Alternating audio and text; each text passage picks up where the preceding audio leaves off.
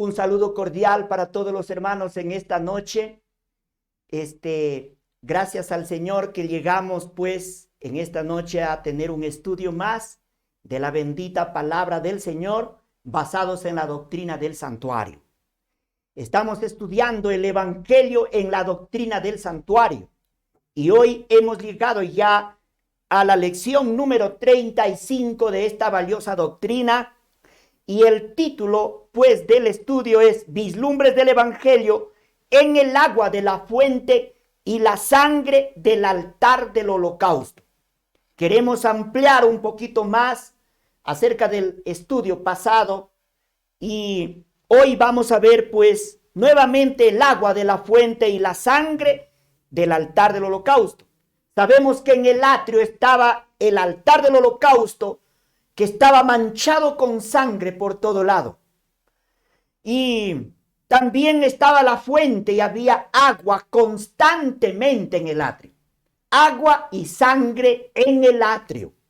Vamos a ver el Evangelio, qué es lo que nos enseña la simbología evangélica en esta noche. La sangre y el agua en el atrio, es fundamental saber que por qué brotó agua y sangre del costado de Jesús en el proceso de su muerte. Pues representa la obra en la tierra, símbolo del atrio. Por eso justamente fue en ese momento preciso cuando el soldado dio el lanzazo pues en el costado de Jesús y lo abrió, salió agua y sangre. O sea, Jesús dio por sentado que la obra que él vino a realizar a esta tierra, símbolo del atrio, estaba consumada. Por eso esto está escrito en el Evangelio según Juan, capítulo 19 y el versículo 34. Dice, pero uno de los soldados le abrió el costado con una lanza y al instante salió sangre y agua. Sangre que se veía todos los días. Durante 4000 años se vio sangre pues en el altar, porque durante 4000 años fueron sacrificados las víctimas pues que simbolizaban a Cristo. Y el agua, que es símbolo del Espíritu Santo, que desde el inicio ha atraído el corazón del pecador para aceptar la gracia de Dios y recibir la salvación. Por eso es que en ese momento del costado de Jesús salió sangre y agua. Bueno, tal vez los hombres que vieron el agua y la sangre simplemente lo registraron. Quizá ellos no entendieron la profundidad de lo que significaba estos dos elementos. Pero justamente cuando nosotros estudiamos evangélicamente, pues el santuario y el atrio, entendemos justamente que era una de las formas como el Señor nos enseñaría a nosotros el evangelio de la salvación. Porque nosotros somos, la salvación implica justamente dos aspectos. Y esto vamos a ver en el desarrollo. Jesús derramó su sangre para salvarnos. Pero el Espíritu Santo es el encargado, pues, de atraernos, de llamarnos, de mostrarnos esa obra perfecta, esa obra extraordinaria, esa obra amorosa que Cristo desarrolló para que nosotros seamos salvos. El agua y la sangre que brotó del costado de Cristo al momento de su muerte, decíamos que dio por sentado que la salvación tiene dos aspectos, sangre y agua. Hay que entender esto. La salvación tiene dos aspectos. O sea, cuando nosotros vemos en la Biblia que salió agua y sangre, el Dios soberano nos está diciendo, hijos, la salvación que yo desarrollé tiene dos aspectos. Y esto está en la Biblia. El primer aspecto es la obra de Dios por nosotros en Cristo, con el cual somos salvos en el cielo de la culpa del pecado y la condenación de la ley. Y el segundo aspecto es la obra de Dios en nosotros mediante el poder regenerador, transformador del Espíritu Santo. Es fundamental saber estos dos puntos de la salvación para que nosotros tengamos la seguridad. O sea, la salvación no solamente es una obra declarativa en el cielo, no solamente es justificación. La salvación también implica la regeneración del corazón. Por eso hay que entender que cuando Dios nos da la salvación, la obra que Cristo desarrolló fuera de nosotros hace 2000 años, cuando nosotros la recibimos, se hace real en nosotros, pues a través del poder del Espíritu Santo, y se manifiesta reflejando el carácter, la imagen de Jesús, y vivir una vida de obediencia a los mandamientos de Dios, una vida apartada del pecado. Tenemos que entender, es fundamental saber los dos aspectos de la salvación. Por eso que cualquier predicador, cualquier dirigente de algún gremio religioso que no enseña que la salvación en la Biblia tiene dos aspectos, ilustrado con la sangre del holocausto y el agua de la fuente, ilustrado con la sangre que brotó del costado de Jesús y el agua que brotó de su costado, pues yo no sé cómo ilustrará la salvación para el pecador. Nosotros tenemos que estudiar profundamente estas verdades que están allí a las claras en la palabra de Dios, para que nosotros podamos crecer y tener la seguridad de la salvación eterna. El agua y la sangre que brotó del costado de nuestro Señor al momento de su muerte también nos da la seguridad que mediante sus méritos no solo recibimos perdón, sino también la regeneración de la mente mediante la cooperación del poder bendito del Espíritu Santo. Yo soy reiterativo en este punto porque justamente esto nos ha mandado el Señor predicar, enseñar a la humanidad. No como la gente, algunos predicadores que solamente dicen que no, que ya tú en el cielo estás salvo y que no tiene que ver nada en la tierra. Mentira, señores. La justicia de Cristo no solamente se nos acredita en el cielo, también se nos imparte en el corazón. Es así que el poder del pecado, el poder maligno del pecado, el poder dominante del pecado, tiene que quedar suprimido, subyugado. Por eso un creyente regenerado, salvo del poder del pecado, el pecado está inactivo y no le domina al pecador. Por eso nosotros gozosamente nos gusta vivir una vida apartada de renuncia al pecado y se demuestra en una vida de obediencia a la santa ley de Dios. Porque Dios cuando salva, Él justifica y regenera al pecador. Estamos estudiando la sangre y el agua que brotaron del costado de Jesús y que estaba allí presencialmente en el atrio, tanto en la fuente como también en el altar del holocausto. Estos dos elementos veía constantemente los sacerdotes allí en el atrio. Agua y sangre y agua, todos los días. Por eso todos los días tenemos que entender que mediante la sangre de Cristo, que es el mérito principal, la justicia perfecta de Él, nosotros recibimos la salvación eterna y que el Espíritu Santo lo hace real en la vida del creyente.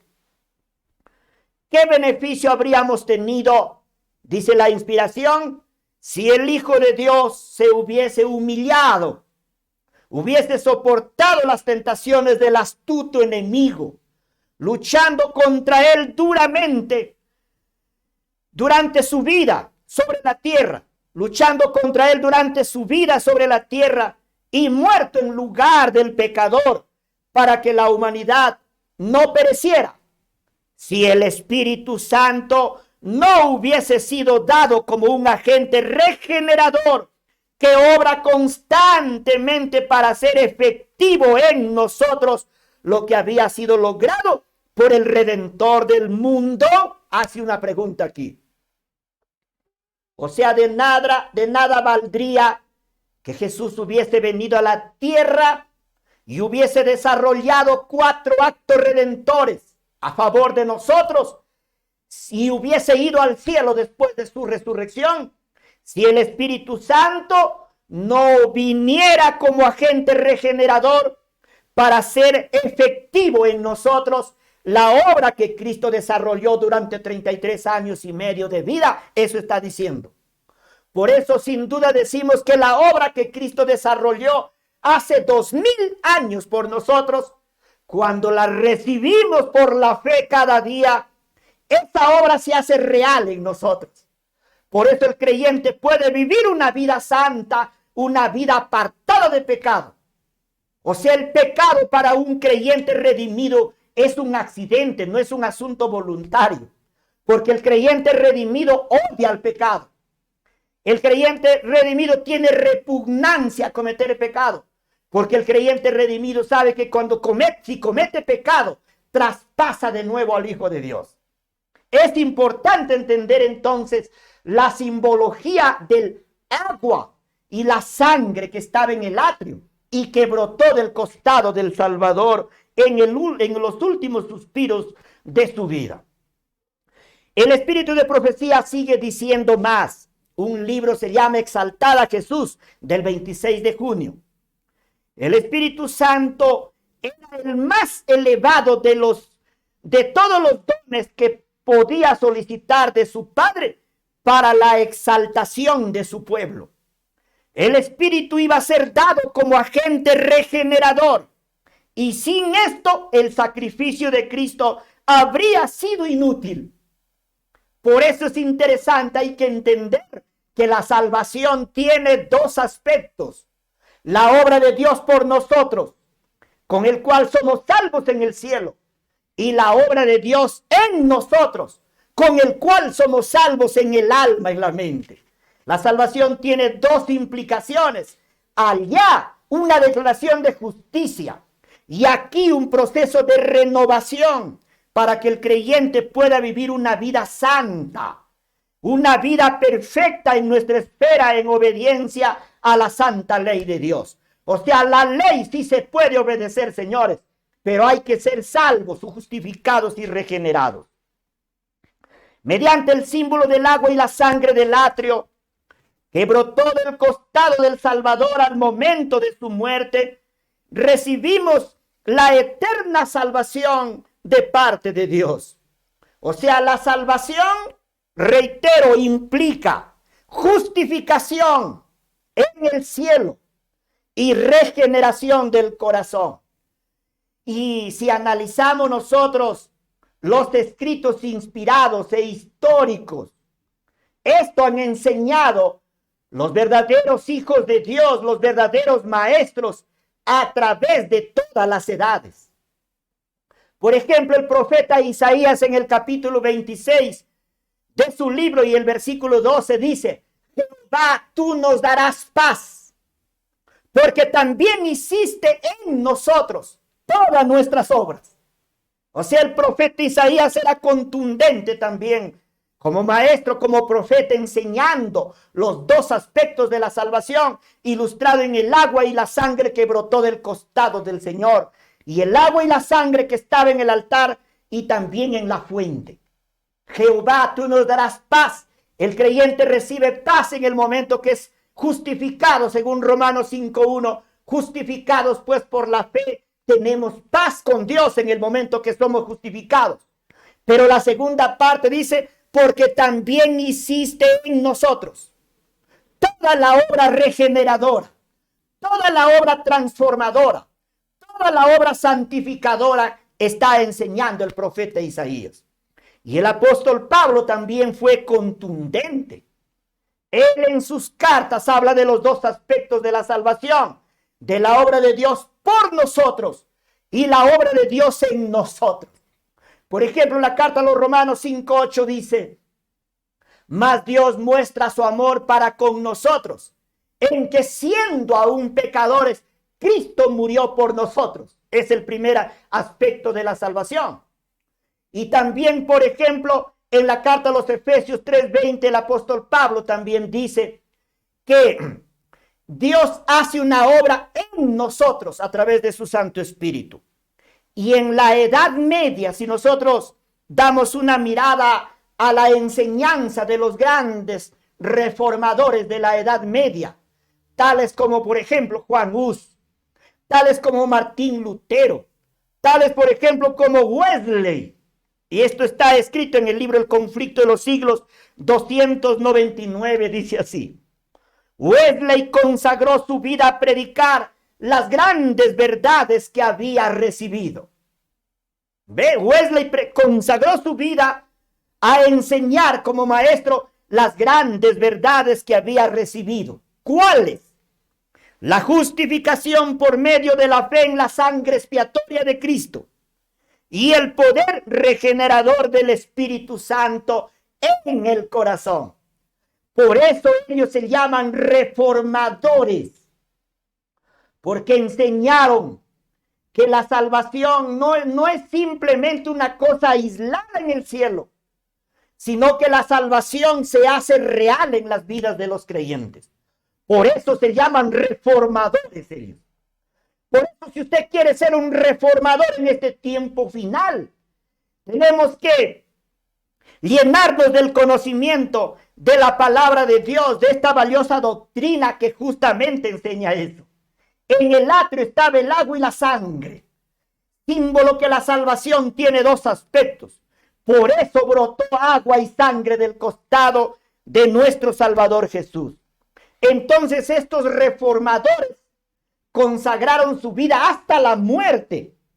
Predicar estas dos grandes verdades, dice aquí, la justificación por medio de la fe en la sangre expiatoria de Cristo. Sabemos que en el cielo recibimos la justificación, que es salvación en lenguaje jurídico, salvación de la culpa del pecado y salvación de la condenación de la ley. Pero también enseñaron el poder regenerador del Espíritu Santo en el corazón, que lleva fruto en una vida conforme al ejemplo de Cristo. Qué importante. Créanme, queridos hermanos y amigos, que yo estoy al 100% convencido de esta gran realidad salvadora, que así opera la salvación. Ojalá todos nos unamos, todos los maestros de la Biblia nos unamos para dar el fuerte pregón al mundo, enseñando la ley y el evangelio, enseñando que Dios justifica y regenera para que nosotros podamos andar en santificación, en obediencia a su santa palabra, a su santa ley. Así está en la palabra de Dios. O sea, al brotar agua y sangre del costado del Salvador en el momento de su muerte en la cruz, dio por sentado que la obra en el atrio es símbolo de su obra en la tierra, que su obra había terminado. Por eso en la cruz del Calvario salió agua y sangre. Dio por sentado que la obra del atrio, que durante 1500 años en la construcción del santuario, que corrió sangre allí en el altar y agua constante que servía para lavar las manos y los pies de los sacerdotes, el Señor pues al derramar sangre y agua de su costado, dio por sentado que la obra en el atrio, que es símbolo de su obra en la tierra, había terminado. Y allí murió. Ahora de allí en adelante, él asumiría la obra del sacerdote que realizaba dentro en el lugar santo, del santuario en el cielo. Y durante 1810 años, y al final de ese largo periodo de sacerdocio, terminaría su obra como sumo sacerdote en el segundo departamento del lugar santísimo en el cielo. Allí su obra de sumo sacerdote, y vendría por segunda vez a recoger a sus escogidos y llevarlos al cielo. Así que la simbología pues de la salvación es perfecta en estos elementos que hemos visto que sucedió en el atrio. Por eso debemos darle un vistazo evangélico para poder entender las grandezas de la salvación. No debemos olvidar nunca jamás que la sangre habla de su obra redentora y reconciliadora. Nunca debemos olvidar eso. Y además, el agua habla de su obra purificadora y regeneradora. De nuevo, no debemos olvidar nunca jamás que la sangre habla de su obra redentora y reconciliadora. Y el agua habla de su obra purificadora y regeneradora del corazón del pecador. Esto está escrito Primera de Juan capítulo 5 y el versículo 16. Es propicio este momento poder meditar y dice así: este es Jesucristo, que vino mediante agua y sangre, no mediante agua solamente, sino mediante agua y sangre. Así, agua y sangre constantemente estaban allí, pues, en el atrio. Esto implica que durante 4,000 años, el creyente siempre ha sido lavado en la justicia, en la sangre preciosa de Cristo. Pero es el agua del Espíritu Santo el quien ha traído, ha iluminado la mente del pecador, ha lavado la mente del pecador para que pueda entender la grandeza de la salvación. Y en el último momento, Jesús derramó agua y sangre de su costado. Parece coincidencia, pero no es coincidencia, señores. Así enseña el Dios del cielo el evangelio de salvación a sus criaturas. Y ahora nosotros, por la inspiración del Espíritu, la podemos entender. Y ahora usted ha tenido la oportunidad de escucharlo y entender que la salvación tiene dos aspectos y estaba justamente simbolizado en el agua y la sangre. La sangre de la reconciliación se aplica a la persona cuando se convierte, cuando se humilla de rodillas llorando y pide perdón. El creyente es limpiado de la culpa del pecado en el cielo y de la condenación de la ley. Después hay una continua purificación con el agua del Espíritu Santo que estaba en la fuente, la cual estaba simbolizado, pues allí en ese recipiente, todos los días, constantemente brillaba ese enser, ya brillaba allí pues ese recipiente tan hermoso con agua, símbolo del Espíritu Santo, que continuamente purifica la vida, la mente, el corazón, el alma del creyente. Por eso el profeta Zacarías dio una profecía tan hermosa que tuvo su cumplimiento exacto en la obra de Cristo y la obra del Espíritu Santo para cada pecador arrepentido.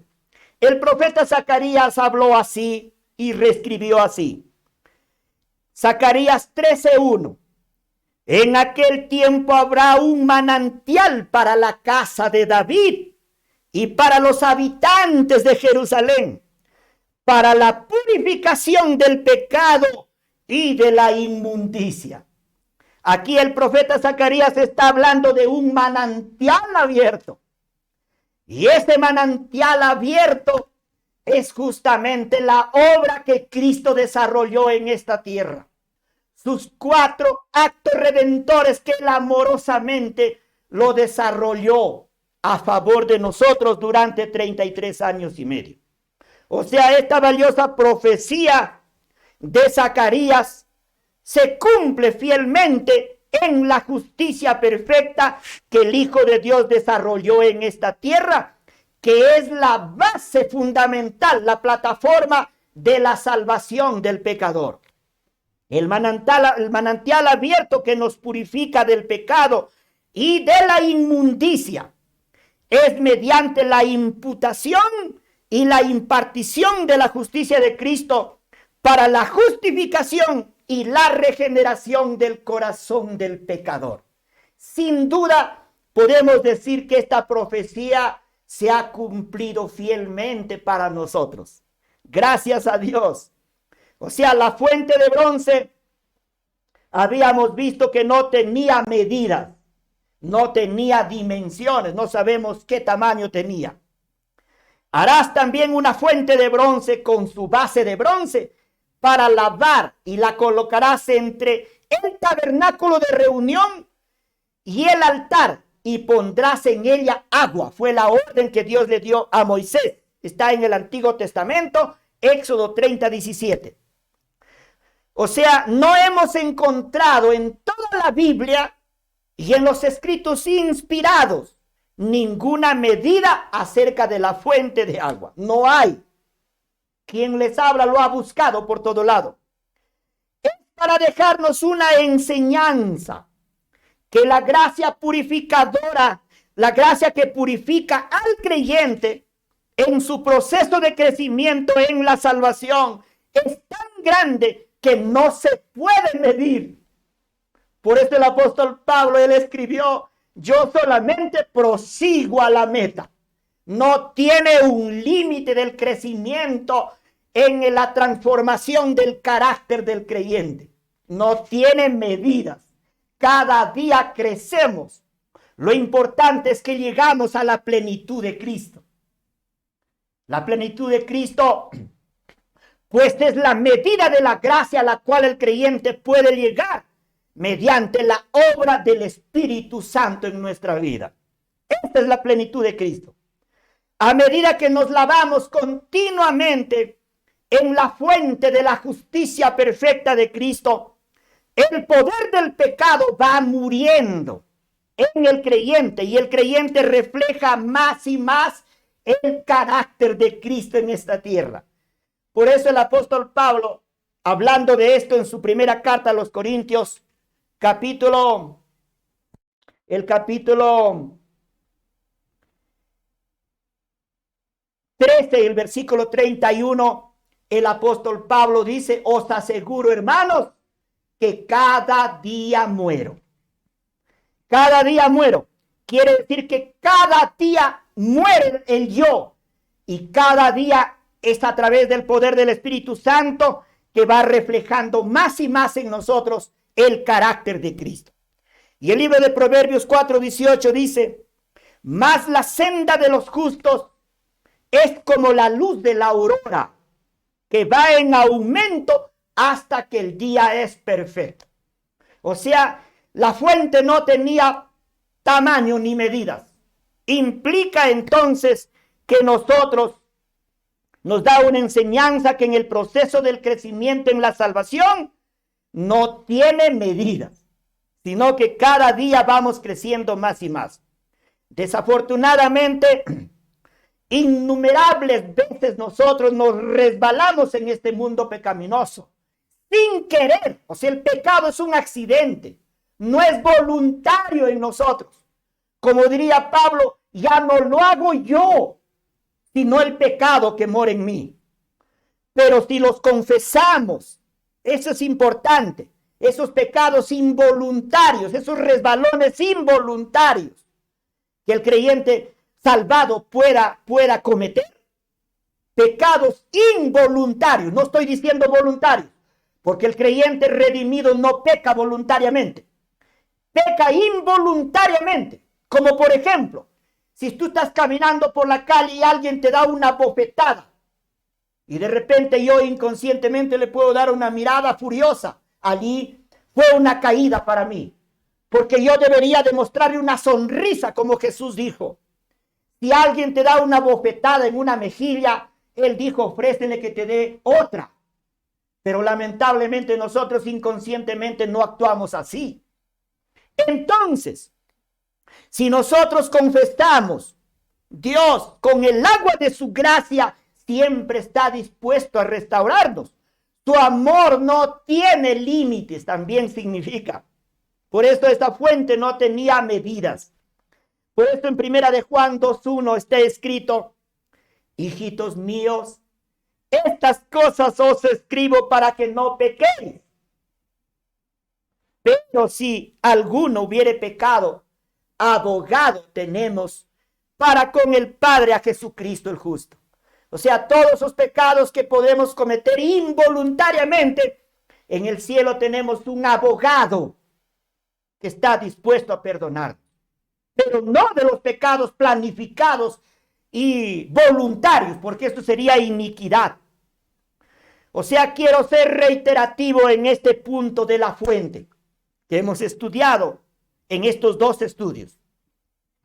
La fuente fue hecho de los espejos de las mujeres de Israel. Las mujeres de Israel lo habían usado los espejos para mirarse a sí mismas, para satisfacer la vanidad, pero la donaron. Y ahora se hizo un utensilio valioso, una fuente de agua que simboliza el espejo del carácter de Cristo para poder mirar nuestras manchas pecaminosas y nuestras desviaciones involuntarias y acudir al Señor para que a través de su Santo Espíritu, a través de su gracia, a través de su justicia, nosotros seamos constantemente perdonados y lavados. El agua también es símbolo de la palabra divina, con la cual podemos medir nuestro carácter, podemos probar nuestra fidelidad, reflejarnos y ver nuestros errores. Por eso en la carta a los Hebreos 4:12 dice: porque la palabra de Dios es viva y eficaz, y más cortante que toda espada de dos filos, que penetra hasta partir el alma y el espíritu y las coyunturas y los tuétanos, y discierne los pensamientos y las intenciones del corazón. O sea, cuando yo leo la palabra con el fin de descubrir algo, la palabra ya me descubrió a mí. O sea, la palabra de Dios es viva y la palabra de Dios es eficaz, que puede transformar el alma y penetra, dice, hasta partirlo, el alma y el espíritu y las coyunturas. O sea que el agua es un símbolo de la palabra divina con la cual nosotros medimos nuestro carácter y podemos probar nuestra fidelidad a nuestro Dios cada día. Las mujeres dieron sus espejos para la casa de Dios. Ahora aquí hay una pregunta. ¿Nosotros hemos dado algo alguna vez? ¿Qué ha dado usted, querido hermano, estimado amigo? Ellas lo dieron sus espejos, algo valioso, donde veían su vanidad y puede llevarles al orgullo. Ellas lo dieron. Y ahora nosotros, ¿qué hemos dado para el Señor? Recordemos que Dios nos ha dado muchos dones, nos ha dado talentos que debemos usarlos para su servicio. ¿Qué está haciendo usted con el don del habla, con el don del canto? ¿Qué está haciendo para el Señor? Son dones. ¿Qué está haciendo con el dinero, que es un don del cielo para nosotros? Entonces, ¿los guardamos para nosotros mismos o lo damos para el servicio del Señor? Es una pregunta de estos dones que hemos recibido. Si lo entregamos nuestra vida enteramente al servicio del Señor, Él nos convertirá en algo precioso y valioso para su reino eterno. Porque Él no solamente nos justifica, nos regenera e implanta su carácter divino en nosotros. Lo que nosotros damos, Él lo transforma. Si nosotros damos nuestra voluntad, si nosotros damos nuestro corazón manchado por el pecado, Él lo regenera, Él lo transforma, Él lo ennoblece y lo usa para alabanza de su gloria. Debemos nosotros quedarnos así en este punto. En conclusión, esta noche hemos estudiado el glorioso evangelio en el símbolo del agua y la sangre en el atrio.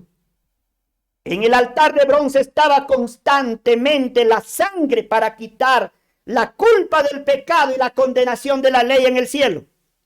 Y en la fuente con el agua para lavarnos constantemente las manchas del pecado y mantenernos limpios de la contaminación del pecado para el servicio del Señor. Esto es regeneración del corazón. Que el Señor en su gracia nos ayude para que nosotros podamos hacerlo así. Como diría 2 Corintios 3:18, por tanto todos nosotros, dice, mirando a cara descubierta como en un espejo la gloria del Señor, o sea, la justicia perfecta que Él desarrolló por nosotros. Somos transformados de gloria en gloria en la misma imagen como por el Espíritu del Señor, porque es a través del Espíritu el cual el Señor implanta su carácter divino en nosotros. Puede, pero también si no es así, puede suceder lo contrario, como diría Santiago 1, 23 y 24. Porque si alguno es solo oidor de la palabra, pero no hacedor de ella, es semejante al hombre que considera en un espejo su rostro natural, porque él se considera a sí mismo y se va luego y se olvida cómo era. O sea, lo que puede impedir para que la eficacia de la simbología del agua y la sangre, que representa pues los dos aspectos de la salvación, la justicia perfecta de Cristo, puede que el yo, el orgullo, el mirarse a nosotros mismos y no llevar la religión verdadera, que es la religión cristocéntrica, sino la religión humanista, antropocéntrica, puede hacernos perder también la salvación. Por eso que en esta noche os invito, estimados hermanos y amigos, en esta simbología del agua y la sangre, debemos nosotros contemplar, pues, como diría aquí el apóstol Pablo, que debemos mirar a cara descubierta como en un espejo la gloria del Señor. O sea, nosotros debemos sacarnos de nosotros y mirar la obra objetiva que Cristo desarrolló por nosotros. Y es así como esa justicia, esa gloria de Cristo, ese carácter divino se hace real en nosotros y se implanta en nosotros a través de la dirección y del poder de la obra del Espíritu Santo. Nos quedamos aquí entonces con esta valiosa lección, la lección 35 de la doctrina del santuario, y quedamos con la esperanza de seguir estudiando más esta valiosa doctrina. Quiero terminar este estudio con un momento de oración. Os invito pues a doblegar nuestra alma, nuestro espíritu al Señor de rodillas y elevar una oración a Él. Padre nuestro que estás en el cielo, bendito y alabado sea tu nombre. Oh Señor Dios Todopoderoso, en esta noche, Señor, nos hemos espaciado un poco más en poder mirar evangélicamente a aquellos elementos, Señor, que estaban en el atrio y que fluyeron, Señor, del costado de nuestro Salvador Jesucristo al momento de su muerte. Gracias, Señor, porque nos has enseñado en esta noche que la salvación tiene dos aspectos. Que tu bendito Santo Espíritu pueda operar en nuestras mentes y pueda plasmar tu verdad en nuestros corazones y que podamos anunciarla al mundo. Señor, que tu Hijo Jesucristo vino a esta tierra y desarrolló actos extraordinarios para salvarnos. Gracias, Señor, por esta luz divina, por tu luz divina. Perdónanos, Señor, nuestros pecados. Perdona nuestra negligencia y nuestra incredulidad por no haber estudiado tu santa palabra. Capacítanos cada vez mejor para poder llevar el evangelio al mundo y dar el fuerte pregón en este tiempo final. Úngenos y llénanos del poder de tu Espíritu. Pido una bendición muy especial por cada uno de tus hijos que en esta noche han escuchado tu palabra, que tu Santo Espíritu los guíe, los ilumine, los dirija, para que también sean portavoces de tu evangelio de salvación. Te rogamos que en esta noche, Señor, tu Santo Espíritu opere en nuestros corazones y tus santos ángeles nos puedan guardar de todo mal. Te imploramos mediante la gracia y los méritos de nuestro Señor y Salvador Jesús. Amén.